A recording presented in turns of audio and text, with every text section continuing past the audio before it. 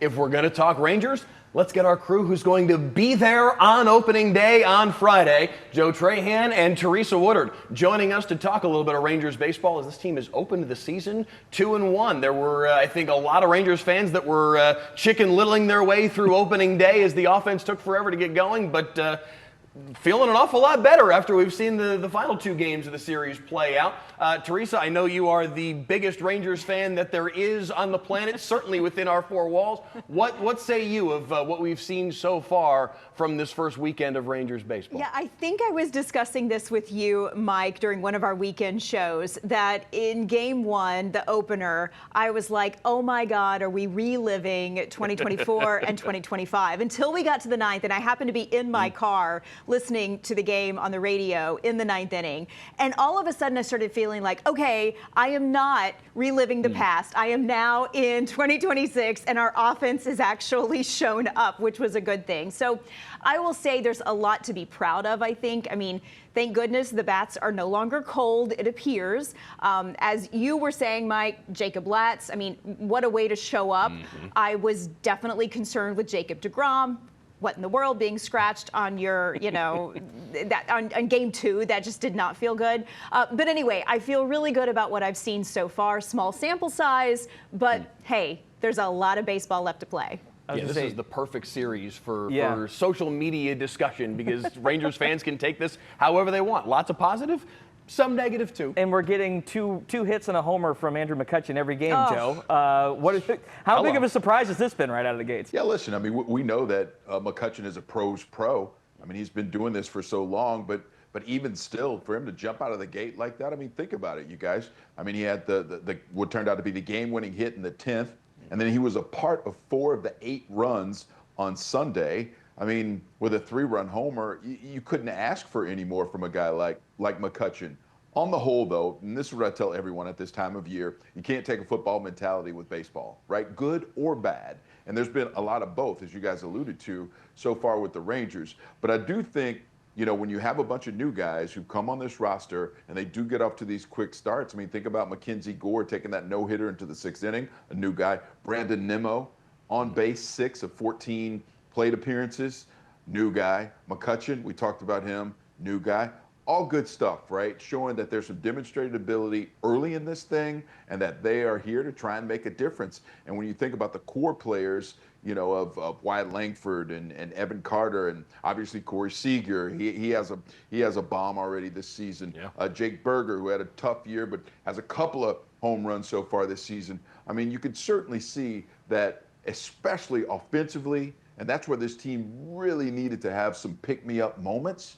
They've had them early in the season, and I do think that can help this team as they continue to grow. And if there's one positive here relative to the Jacob deGrom of it all, it doesn't sound like what he's dealing with is a big issue. He's already talking about, hey, maybe at some point during the Baltimore series, they're still taking it in a day-by-day sense. They have not made any proclamations that he's going to pitch in Baltimore, but they're discussing that as a possibility, and the fact that that's even on the table as a possibility is a good sign relative to, okay, this is not a major issue that Jacob deGrom is dealing with, and it's something that he can potentially anyway get back on the mound here pretty quick. I do want to stay on the pitching staff joke because as a Nationals fan, it was a nice little joke when we decided to loan Scherzer and we decided to loan Patrick Corbin and all these guys that had already kind of done something with us to you guys. But now all of a sudden Mackenzie Gore's on the roster and he looks like he slots right in the 3 spot. I mean, he was awesome today. This has been kind of building for him in his career as someone that watched him and actually saw him in person live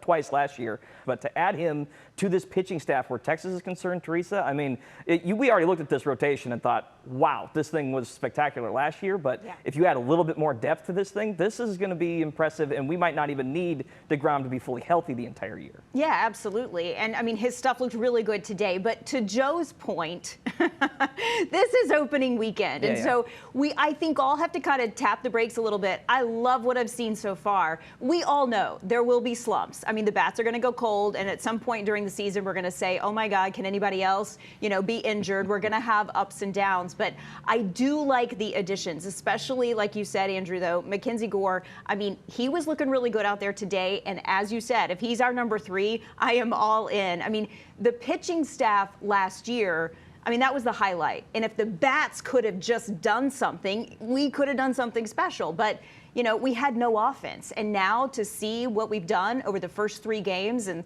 the bats have come alive and we've had good pitching, if we can have both, you know, maybe we could do something in September. We'll see. It's something to look forward to.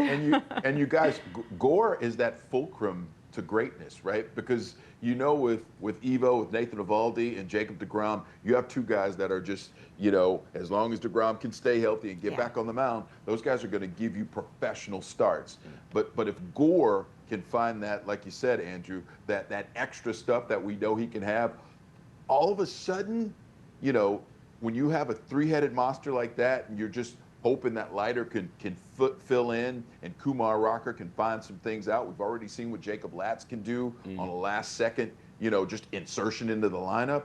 I mean, all of a sudden, man, those kind of things can carry you. Yeah. So you're right, T. I mean, just hold on, Ranger fans. Great start.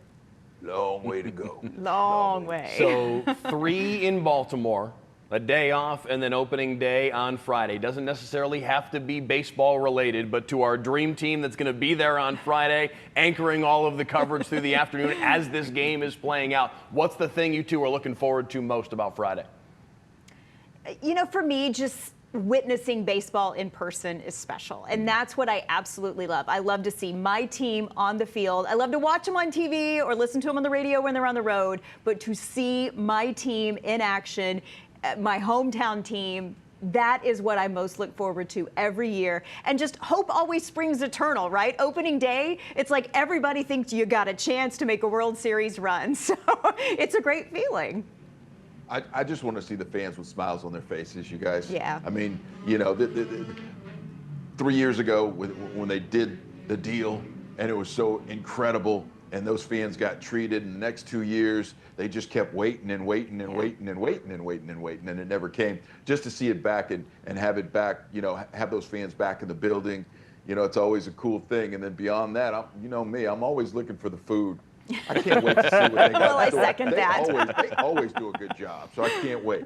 So barbecue, nachos, let's go. As it should be. And hey, to mention that 2023 team, if there's one parallel I feel like between this team and that one, that team was good for the regular season and obviously good enough to have gotten to the playoffs, built for the playoffs. I'm not trying to say that this team's going to go on a World Series run, but there does at least seem to be some parallels between these 2 teams in that regard, that with the rotation that they have, you get this team in a postseason series, could be interesting at the very least.